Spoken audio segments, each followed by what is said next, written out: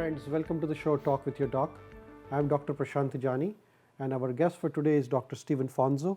He is a chiropractor and author or a writer here practicing in Thunder Bay, Ontario. And our talk for today is about intermittent fasting. Fasting has been practiced across many countries and many cultures, and it is a very ancient tradition. Fasting is a science, and there are many advantages or benefits of fasting. There are many methods of fasting and the science of fasting. So Dr. Stephen Fonso is going to guide us about the science of intermittent fasting. Thank you, Stephen, for coming to the show. Thanks for having me.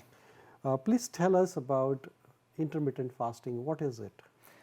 Well, intermittent fasting is kind of a spin-off of some traditional ways of fasting, where in traditions there used to be prolonged fasting of sometimes 7, 10, even up to 30 days, 41 days. But what we've done is being able to take some of the benefits of some of those longer fasting and infuse it a little bit more into our lifestyle. So how do we use intermittent fasting? How do we use fasting as a daily application to be able to benefit and receive the benefits from what fasting can do, but how do we infuse that into our daily life? So it's a daily mode of going about Daily fasting. fasting. Daily fasting, yes. So what does intermittent mean? Intermittent means is that there's basically you're moving through two cycles. One is through a feeding cycle where you consume food, and then the second cycle is a fasting cycle or a rest cycle for your digestion. So you're focusing on both of those, both the feeding times and then the fasting times. So are there any particular set of timings we eat, like say we eat in the morning, then in the afternoon, and then we don't eat anything? How does it work? Yeah, so there's different schools of thought on that. Some people will alternate day fast, meaning that they take a day off of eating, like 24 hours, and then they'll eat the following day. Then they'll take another day off and eat the following day, and they'll do it that way, intermittent, say throughout the week. For daily fasting, we look at, oftentimes you start with a 16-hour fast and then an 8-hour eating window, which is probably for the Western culture, the easiest way to enter into the fasting of intermittent fasting is through a cycle of 8 hours of eating and 16 hours of fasting. But just to let you know that it's not 8 hours of constant eating, it's just a window where you can consume food. And then outside of that window, you rest and relax. So you eat at certain time and then you fast for certain time of the day and you decide the time. Yes. Now, my question is, what are the advantages of this intermittent fasting? Say you ate in the morning, say 9 o'clock, you have a breakfast or lunch or brunch, and then you have another dinner at 4 o'clock, and then there is 16 hours of fasting. Yes. So what happens in our body? What is the advantage of it? Yeah, well, there's a few schools of thought, but one thing that they're noting is that it allows, number one, for our insulin to be lowered, which is nice because that gives our cells a rest, especially with things like diabetes and blood sugar challenges that we have in our culture.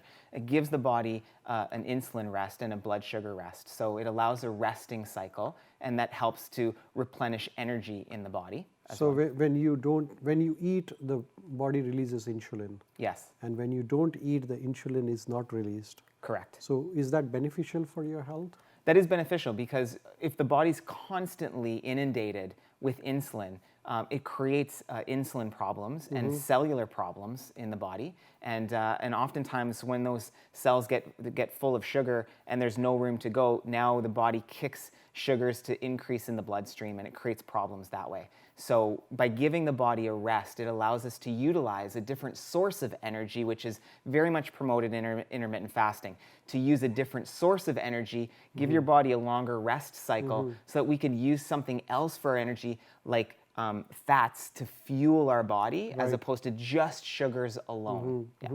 So when we are not eating for a prolonged period of time, which has to be minimum 12 hours, 16 hours? Minimum of 12, but hours. they're still suggesting if you can push it towards that 16-hour cycle, it seems to derive some better benefits. 12 hours seems to be where you just kind of turn the switch between using sugar to using fat, that 12-hour cycle. But if you can push it a little bit longer, now your body's going in a longer window of using fat for fuel and for energy. So after 12 to 16 hours of fasting, that's when the fat metabolism kicks in. Correct.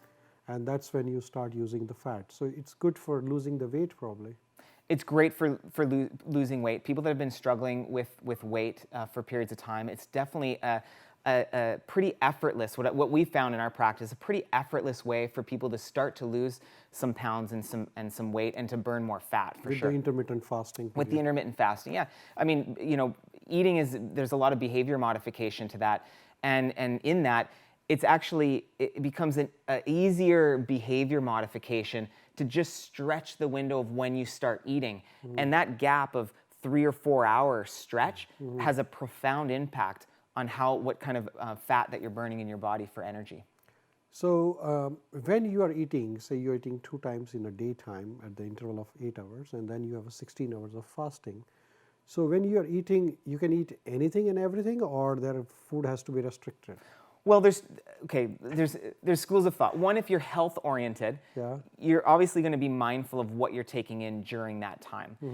If you're looking at solely at weight loss per se, you can be a little more flexible with what you're eating during that 8 hour window time. They have done some studies with rats and monkeys both, and they found that they could essentially eat a larger amount of calories during that 8 hour window if they do a 16 hour fast. The thing is if we want to be health conscious, I think regardless of the cycle of eating pattern, you want to be aware and mindful of what's going in your body, since that's part of what's creating your physical body is what you're eating. And so we still hold the idea that if you're wanting to be healthy, on top of losing some weight, then you got to be mindful of what's going in. So a high diet of vegetables, of course, and protein sources. If you're vegetarian, you're looking at beans or legumes or other sources like that. If you do eat meat, then you look at maybe some lighter proteins like fish or some other things like that. So yeah, we still care about quality essentially, because that's a predictor of our health. Right. And at the same time, you can be mindful of the quantity that's going in through the intermittent fasting. So calorie restriction, if you want to lose the weight, one has to watch the calories, even they are eating 2 times a day and then having a 16 hours of fast. There appears to be still a little bit more flexibility. Yeah, there is some degree of flexibility. I wouldn't say that you want to go and eat 8,000 calories worth of food in that 8 hour window. But there is a little window of flexibility because you are giving yourself a little more fat burning time. But you still, you still want to be mindful. And I think part of any healthy eating cycle or behavior still comes from awareness. So you still want to build and cultivate your awareness of what's going in your body. You want to be mindful of your body and what you're doing. So I still put awareness even though you can put rules in, to me, awareness still leads the way as to what you're feeling. How does the food make you feel? Do you feel energized after you're eating or not? And it's a good feedback to let you know if what you're consuming is matching what your body needs. And so awareness still, to me, is number one. So what is the best time of fasting? Well, I can only speak through personal experience. I like a window for my lifestyle between 12 and 8, 12 p.m. to 8 p.m. 12 o'clock one in the afternoon lunch, in and the then afternoon. 8 o'clock. Yeah, afternoon and dinner essentially is what we're looking at, with maybe a little snack of some nuts or something like that in between. So that to me is a window. I know other people that do a morning. Maybe they'll start eating at 9:30, 10 o'clock, and they'll and because they have an earlier supper. Sure. So I don't have the liberty to have an earlier supper at this point in my life. So I got to kind of use intermittent fasting and flexibility, looking at where can I consume my food in an 8 hour cycle. Well, for me, it's easier to do noon to 8 as opposed to something earlier. Yeah. Okay, we'll take a short break and we'll continue our discussion for the next part. Please stay back for the next part. Thank you.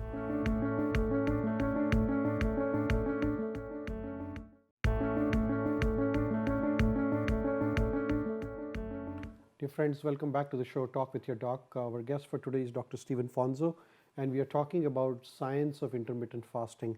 Dr. Fonso, we were talking about the time of fasting, and you mentioned that 12 o'clock lunch and then 8 o'clock supper or dinner. Is that timing has to be consistent throughout, or one day morning, one day afternoon? How does that work? Well, our biology tends to like rhythms. Mucking around with the rhythms too much generally doesn't allow the mind to get into a rhythm and the biology to find a rhythm. Correct. So I would definitely suggest that people find a rhythm that tends to match at least 80% of what they can do consistently. Whether that's more of a morning, afternoon, or later afternoon, or whether it's something like I do, that noon to 8, that matches my lifestyle, and I could repeat that regularly for the most part. And so our biology loves rhythm. I mean, look at nature. Nature has rhythms. We have cycles. We have seasons. There's a reason for that, and our biology is part of that, is part of a rhythmic cycle. And so finding the rhythm in the cycle that works for you and matches your life, I feel is important. It allows you to be consistent. And it allows some predictability within your biology and some expectations of, and creating expectations from your biology of when things are coming and going. So I like that component. So when you are not fasting, what one can eat? All the healthy food, or anything particular, like in between the two, while we are fasting, if we feel hungry, like we had a lunch and then we have dinner, and you feel hungry in between, so what one should eat?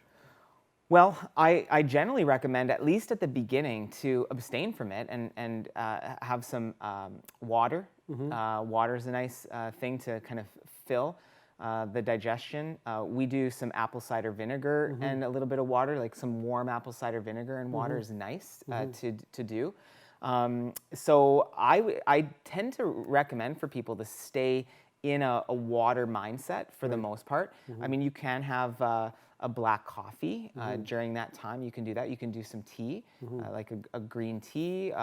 You can do some warm lemon water. You know, those kind of things definitely can be utilized. So advantages of fasting. First one, we mentioned weight loss. You know, one can easily lose weight without doing much efforts.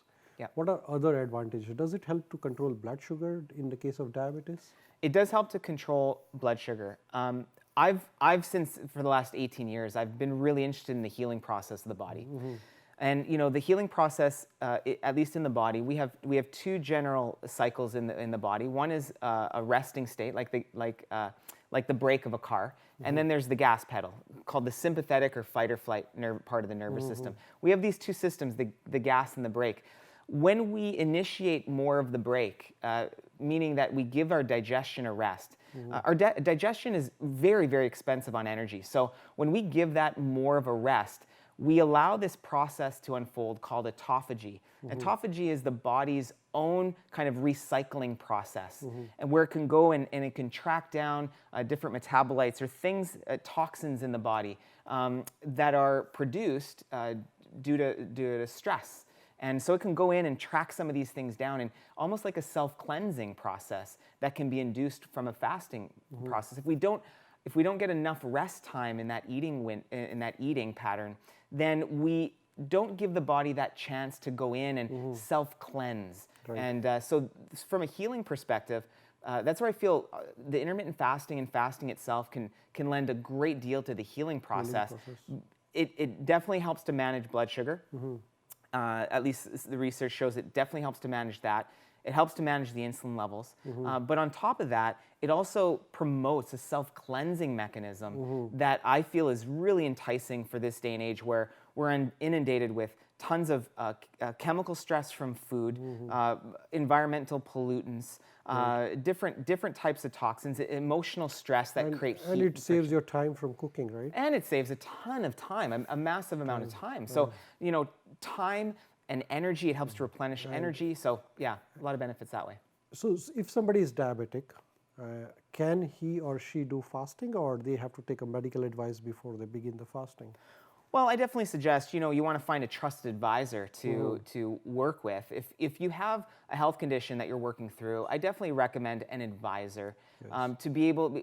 We're human beings, and it's good to, you know, work with someone else to make sure that you're within kind of the scope of what your body can do. But we've had people that have gone off their diabetic medication through fasting. You just have to, part of the trust is that the body will find another source of energy besides sugar. Correct. And if you can trust that your body is intelligent and will go find another source of energy, then the necessity to eat small quantities frequently, it becomes less because your body's learning how to kick into a new energy source and not rely just on sugar. There's going to be a little window of maybe discomfort that you have to work through. Right. That's why having maybe a mentor or a coach or a physician that ascribes to some of these ideas would be helpful. Yeah. There's some myths about the fasting. One of the myth is that when you fast, you lose muscle. Yes. What do you want to say about that?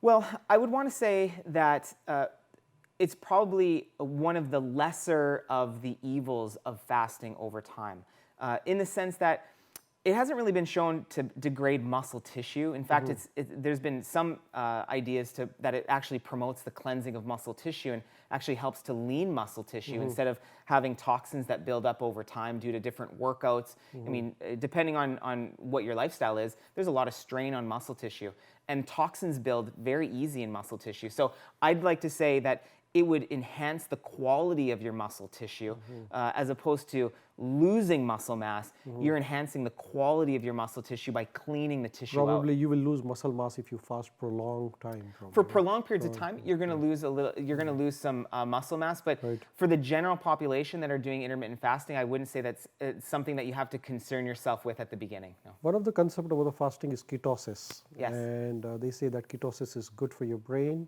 and ketones are good for your health when you are fasting. So do you want to say anything about the ketosis during the fasting? Well, that addresses another myth about ketosis and that there's dangers around the ketosis. And we've been in what we'd call ketotic states for as long as we've been alive. Any time that we go prolonged, it takes about 2 to 4 days to get into a state of ketosis where you're burning a different fuel than sugar. And that's foreign for a lot of people. So part of it is learning that, hey, ketones aren't, number one, they're not going to kill you. They're part of your body. They're a byproduct of breaking down fats. And as you break down fats, you're going to left with ketones to burn for fuel. So it's a pretty simple process. It's just, again, we have to break through sometimes some cultural myths that we need to burn sugar only from the foods that we eat, that our body has things in there and mechanisms set up. When we don't have sugar, it'll burn something else. And especially part of it is building trust in the body. Yeah. Yes. And then body get used to the fasting state, and then it becomes a part of your life. Probably. Yes, so it does. And again, that they suggest it's about a 2 to 4 day window for you to really get into a ketosis state where you're really burning that. And so, but it becomes easier and easier over time to get into that state of fat burning the more often you're doing these things. Yeah, your body learns how to adapt. Right. Yeah. We'll take a short break and we'll continue our discussion in the next part. Right. Please stay back for the last part. Thank you.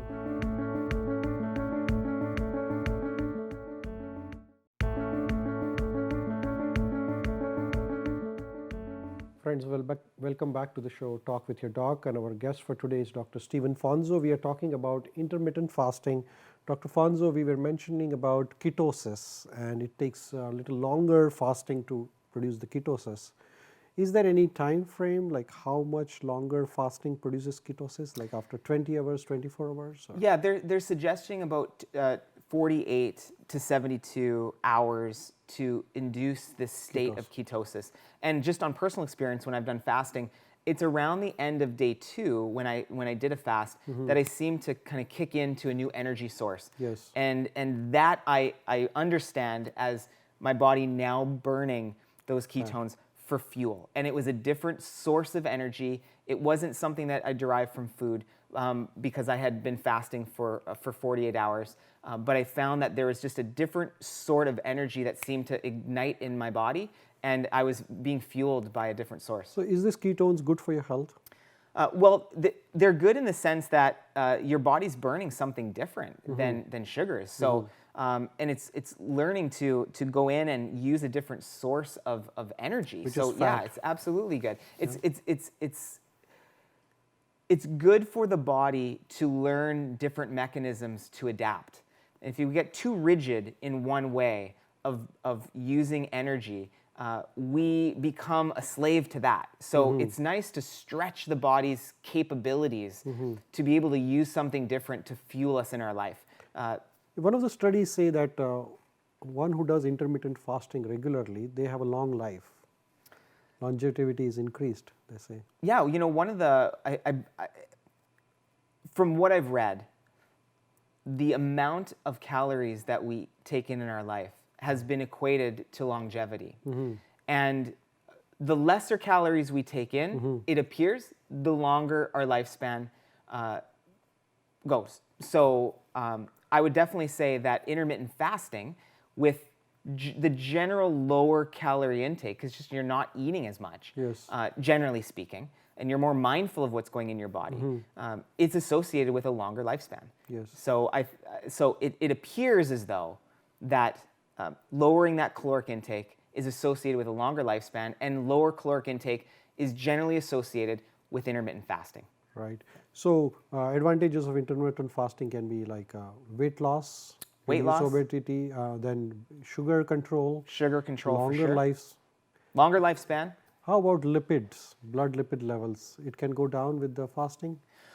Well, you want to go back to the source of, is the body designed to regulate itself? Is the body designed to regulate its blood sugars, its insulin levels? Is it designed to regulate its cholesterol levels? The answer is yes, and in fact, it does. So even if you have higher cholesterol levels, your body's still working at regulating that higher cholesterol level because it feels that it needs that. The one thing as you initiate more self-healing and more self-cleansing is the body design, especially as your inflammation goes down, your body's design and need for cholesterol starts to lower. The cholesterol's acted upon under a stress response. Your body elicits cholesterol levels under a stressful response. So whether it's emotional stress or physical stress or toxins, your cholesterol levels are going to naturally be enhanced. So anytime we can reduce the stress levels in the system, the need for cholesterol begins to lower. And so, of course, So it reduces your cholesterol levels for sure. of course it can reduce your cholesterol levels. Yeah. So now if somebody is accustomed to eating frequent food, frequent snacks in between, how difficult it is for them to start intermittent fasting? Well, this is the beauty of it. The beauty of it is there's going to be an adjustment period. But any type of behavior change or any type of healing response is going to be associated with some sort of emotional state and mental state that's going to be required to make those adjustments. You're going to be able to adjust as fast as you could emotionally and mentally make the adjustment. The more emotionally tied you are and mentally tied to eating in certain patterns in certain ways, probably the more effort it's going to take to break through that barrier. But if you have an understanding and a vision for your health and you want to be able to move through that, you know you're going to have to work through some emotions. You're going to have to work through some mental blocks and some barriers. But that's life. That's part of life. It might be mentally difficult, but it's easier to do it probably. Yeah, there's going to be mental challenges that happen. I mean, when we work with our clients regularly, there's constantly little mental challenges that come up. That's part of any lifestyle or behavior modification is you're going to butt up against these things. And so part of it is, that's why working with someone is helpful because they can help you mitigate through some of the tougher times where you got to work through some of those barricades. But considering the benefits of fasting, it's worth giving a try for the fasting. It's absolutely worth giving a try. And I would even say that it's natural. Intermittent fasting is a natural state. Any process you look in the environment, there's times of high rainfall and times of drought. There's times where plants flourish and then there's times where they're not flourishing. And there's high times of nutrients and times of depletion. And so intermittent fasting is a way for us to reconnect even with a natural process that's automatically life itself, which is times of feast and times of fasting. And it's the same thing we're doing in our body. Is it okay to have a cheat day in between? Well, I give myself permission to cheat, that's for sure. For sure. And again, that I think with anything in lifestyle, if you have to get too rigid with it, you're going to create your own stresses with that. It's not saying not to be disciplined, but just to have an understanding that if you have a cheat day in there, it's not going to be the end of the world. It's not going to make or break your success. Give yourself permission. Give yourself some self-love if you need to, and give yourself permission to deviate a little bit at times. But what's that 80% rhythm? Yes. You know, just focus on that 80%. 20% you're going to screw up on. 20% you're going to fail. 20% you're going to have troubles and difficulties. Focus on that 80%. Nail it 80% of the time, and over the long haul, you're going to succeed. And while one is fasting, one can continue regular exercise or regular work. There's no problem, right? Right, and even it's suggested that if you do a little bit of exercise right at the end of your fasting, like at the end of that 16-hour fast, you're going to deplete the liver of glycogen stores, and you're really going to push yourself into that state of using and fat burning even faster. So yeah, you can definitely do that, and monitor that. Watch your level of dizziness. It's going to be foreign a little bit to exercise in a fasted state. You can do it, and your body can do it, and it's been doing it for centuries. But it's still foreign for us, and we have to learn. Part of the art of intermittent fasting is learning to trust your body again, and trusting that it can use a source other than sugars. A lot of people think, okay, I got to eat before I exercise, or I got to take some sugars in for fuel. Well, that's a mindset that you're going to have to work through to understand that your body has a source of energy. If you were attacked by a tiger in the middle of the night and you hadn't been eating, your body can find energy to run. Your body can find energy to escape. If your fire alarm went off at 8 in the morning when you hadn't eaten for prolonged periods of time, do you think you could probably find the energy to run out of the house? Absolutely, because that's the way your body's designed. It can do it. It doesn't need to be fed in order to move. So we have a lot of stored energy. We just need to give a chance to. We have a ton of stored energy. We need to give it a chance to work for us. And that's part of what intermittent fasting is. Thank you, Dr. Stephen. Thank you so much. Yeah, thank you. Thank you, everyone, for joining for the show. Thank you.